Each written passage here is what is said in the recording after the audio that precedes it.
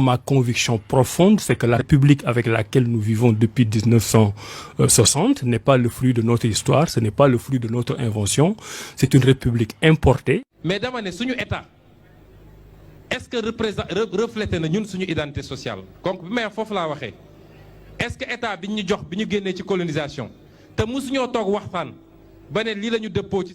Les citoyens sénégalais ñu ci bëri ils ne se reconnaissent pas en nos institutions. Parce qu'on a un problème de modèle étatique. État bi ñu yore c'est un état qu'on a importé ci années 60. C'est-à-dire dañoo jox un état clé en main. La France a envoyé ses juristes au Sénégal et à Bamako. Ils ont écrit, ils ont transcrit la Constitution française en Afrique. C'est tout. C'est la Constitution française qui a été recopiée pour être africanisée.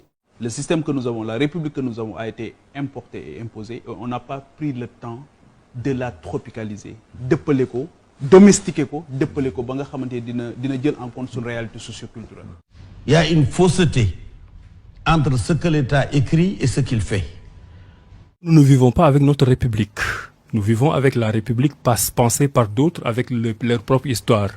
C'est ça qui fait que nous avons des angles morts dans notre République. ñi koy wax sax ak ñi koy def gëmuñu ko ndax ku ci soxla falu da nga dem Touba da nga dem Tivaouane da nga dem seeti clergé bi da nga dem Ndiassane di nga dem Kaolack kon lu ñuy théorie la nii ci gémmiñ wala lu ñuy wax la sànq mu ngi leen arrangé mais société ni ñuy doxalee dëgg doxalewuñu loolu.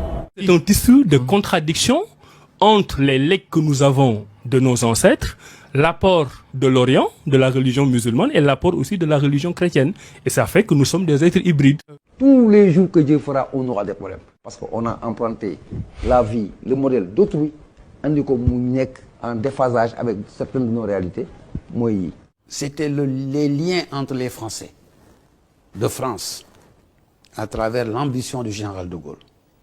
Et c'est cela qui nous a été transposé. Tant qu'on n'aura pas une République sénégalaise fondée sur nos valeurs, fondée sur notre vécu, tant qu'on n'aura pas écrit notre propre récit, notre propre histoire qui nous dise, nous Sénégalais, après avoir vécu tel ou tel autre événement historique, nous en arrivons à vouloir une République sénégalaise fondée sur nos valeurs, nous aurons toujours des difficultés. Ces questions-là viendront toujours. Il faut que l'État accepte d'épouser la réalité. kon loolu dañ ko war a institutionnaliser. Il faut institutionnaliser alors. Hein. Je l'assume parce que qu'on les y mette ou non, le factuel montre qu'ils sont consultés et qu'ils sont au cœur des plus grandes décisions qui sont prises. Mais si on l'institutionnalise dans le cadre de notre République telle qu'elle fonctionne actuellement, c'est contre le principe de laïcité. Mais ce principe de laïcité, nous l'avons aussi importé. Koo wax ci Sénégal mu ne la laïcité.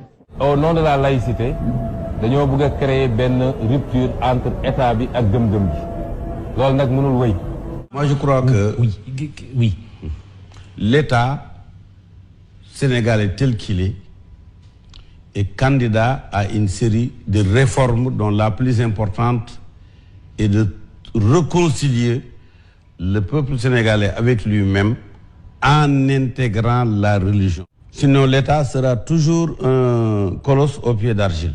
République bi nga xamante ni souvent moom lañ ñu imposé ñu ko te am si ñoo xamante ni dañuy am benn jafe-jafe par rapport ak laïcité à la française ak laïcité bi nga xamante ni moom la ñuy dund.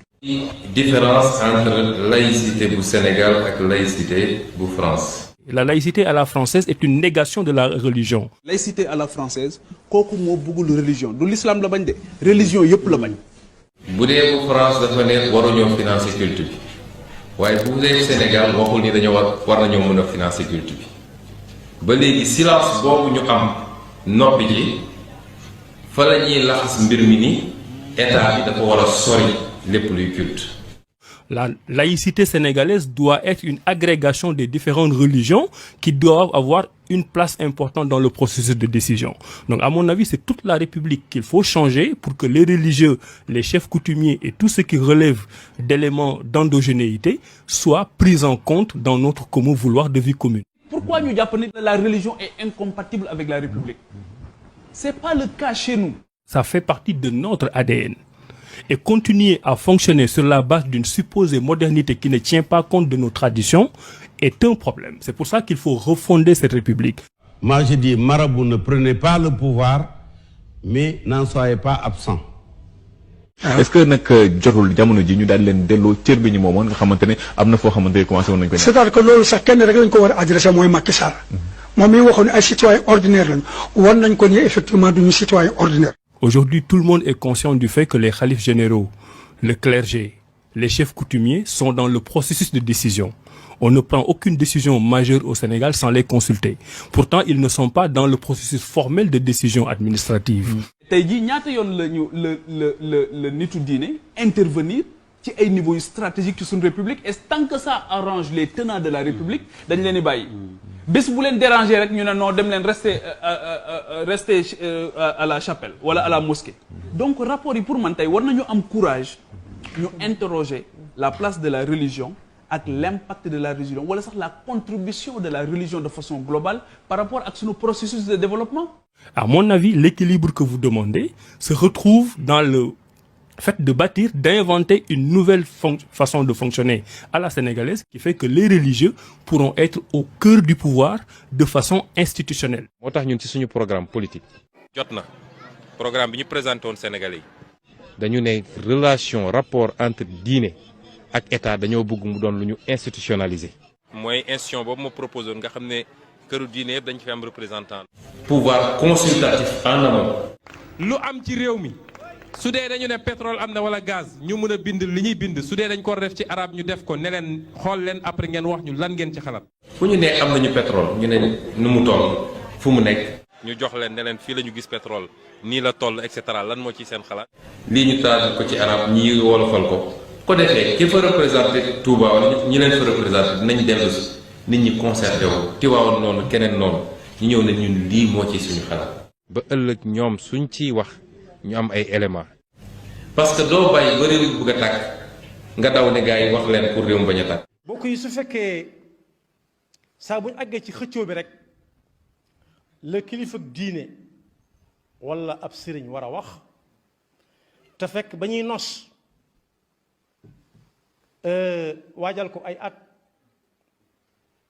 bind ko fu nekk na muy demee musuñ caa woo kilifa diine musuñ caa woo sëriñ suñ ko nee waxal li muy wax lu mu xamut la nar a wax ndax yëgut tinut duñu xaar ba mbir mi xëm wala xomaag ngay daw naan leen wax leen. Donc, si nous devons avoir une république qui fonctionne, il faudra que cette république soit endogène, qu'on travaille avec nos réalités. Et dans nos réalités, les chefs coutumiers et les religieux ont leur place à jouer. Donc, l'équilibre à trouver, c'est de réinventer notre république et faire en sorte que toutes ces personnes qui sont en dehors du format classique, du format administratif classique, soient ramenées dans le cadre de la république et ne soient pas seulement au niveau de l'angle mort. Que faut-il faire des communautés religieuses par rapport à l'État? En faire des partenaires de premier choix. Comment concevoir une politique de l'éducation nationale en mettant en parenthèse la vie de Serigne Saliou Mbacké et ses rapports à l'enfance, ses rapports à l'éducation. Mais vous savez que la politique c'est gérer une société, une cité. Nous avons un poste de solution. Mais pourquoi ne pas reconsidérer les rapports? Dans quelle mesure? Parce que ta finalité, c'est de gérer la cité. Oui. S'il y a des forces à côté qui ne sont pas conformes avec les normes, principes, tout ce que tu veux, mais qui ont ce pouvoir de booster, d'orienter, d'infléchir les gens, de les mettre dans un sens qui fasse l'affaire de tout le monde. Mais est-ce que ce n'est pas une des questions fondamentales sur lesquelles on devrait revenir par rapport au Sénégal? C'est un complexe. ñu war a décomplexer léegi relation yooyu. amuñu ci complexe bokkuñu ci politiciens yoo xam ne dañ leen gëmloo ni boo buggee yor réew wala boo buggee defar réew sa mbubb diine da nga koy summi teg fële daal di nekk leneen lu ñu mënul tudd. ku fi bëgg a réussir programme agricole te boole woo kilifa diine di nga yàgg sonn mais doo ko am. donc est-ce que utiliser nañ leen à bon escient est-ce que jox nañ leen seen place véritablement. ku mel ni Ousmane Sonko ne bëgg naa ci sama programme.